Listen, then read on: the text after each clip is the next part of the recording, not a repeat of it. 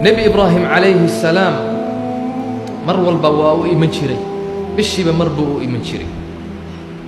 wiilkii ismaaciil waa koray calayhi الsalaam, 13 jir ayuu gaadhay. mar kalaa la imtixaanayaa nebi ibraahim calayhi الsalaam. imtixaankii hore uu ku guulaystay, cidladuu dhigay. waa sii weynaaday nebigii, inankiisii yaraabuu u yimid oo 13 jira. aad buu ugu farxay. amar rabbi ayaa u yimid. waxaa la yidhi inankaagan aad arkaysid ee kuu shaqaynaya, ee ku agboodboodaya, eed ku faraxsan tahay, qaal oo qal baa la yidhi, ayaa qalaya. waa nebi ibraahim, middi baad u qaadanays, qof kale ma qalaya, adaa qalayaa la yidhi, qacantaadaad ku qalays. waa inankii quraatullah, waa cidla, waa da', waa bannaan. iimaanka nebi ibraahim u fiirsa calayhi الsalaam. inankiisii buu weydiiyey, wuu u sheegay, weydiin ma jirto meesha, lama tashanayo. aabba waxaa la i amray inaan ku qalo, ee niyadda hagaaji, ee u diyaargarow. ibnu cabbaas waxa uu leeyahay riyat اlambiyaa, waxay ambiyadu ay arkaan ee hurdada ay ku arkaan waa xaq, waa waxyi. inankiisii buu la hadlay, fandur maada tara. qaala yaa bunaya, ilahay waxa u leey falammaa balaga macahu sacyi, markuu gaadhay wakhti 13 jir bay mufasiriintu yidhaahdaan, inankii oo ordaya oo qurux badan oo arkay, ku farxay. qaala yaa bunaya innii araa fi lmanaami annii adbaxuk, waxaa la i tusay oo la i amray inaan ku qalo inankaygiiyo.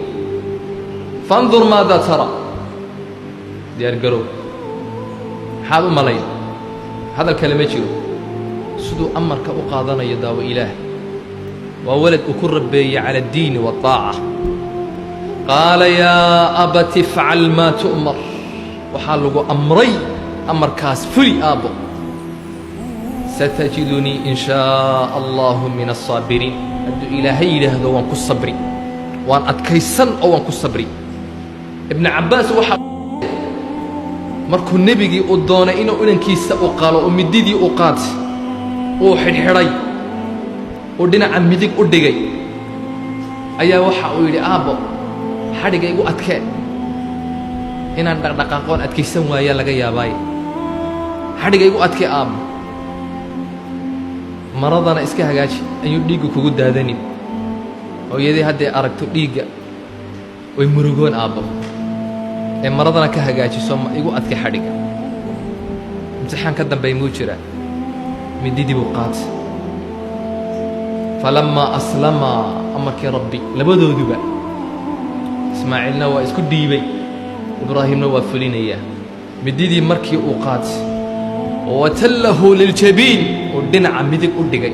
culimmada qaarkoodna waxay dhinaca wejigu u dhigay, uu dul qabtay mididii. khalaas, imtixaankii uu ka soo baxaya, uu ka soo baxay. wanaadaynaahu an yaa ibraahiim qad sadaqta ru'ya. khalaas, waad ka guulaysataa la yidhi nebi ibraahiimo, imtixaankii waad ka soo baxday. innaa kadalika najzi اlmuxsiniin, ina hada lahuwa albalaa'u اlmubiin. waa imtixaan adag buu ilaahay leeyahay. nebi ibraahim waa ku guulaystay. imtixaankaasuu ka soo baxay nebi ibraahim calayhi الsalaam. wuxuu arkay nebi ibraahim dadkii camaaliiqdii oo meeshii aad ugu soo batay. markay biyihii arkeen, meeshii bay soo degeen. waxaa yimid qabiilo caraba oo jurhum la yidhaahdo, oo yeman bay ka yimaadeen iyakuna. nebi ismaaciil calayhi الsalaam aad buu u koray. ibraahim dib buu u noqday xagga iyo filistiin. qabiilkaasuu la koray nebigii. adhiguu la eegayey, af carabiguu ka bartay. gabadh bay u guuriyeen. hooyadii haajarna way dhimatay. nebi ibraahim calayhi الsalaam mar walba waa soo mari jiray siduu uga warhayo ilmihiisa. waxa uu arkay nebigii oo maqan ismaaciil oo maqan ayuu gurigii yimid haweenaydiiba weydiiyey ku yidhi aaway ismaaciil waxay ku tiri uu maqan yahay maciishadiina ka warran buu ku yidhi saad u nooshihiin wallaahi nolol cidhiidhiyaan ku noolnahay bay tiri nolol raashin fiican ma helno oo way dacwiday nebi ibraahim baa ka yaabay sabir dalideeda say tahay waa guri waxa ay soo gashay ambiyaa inay carruur dhasho tani u dhasho nebi ismaaciil raalli kama noqon waxa uu ku yidhi marka uu yimaado ismaaciil salaan iga gaarsiiye waxaad tidhaahdaa catabada albaabka iska beddel markuu yimid ay arrintii u sheegtay uu fahmay inuu aabbihii ahaa oo u jeeda haweenayda iska fur wuu iska furay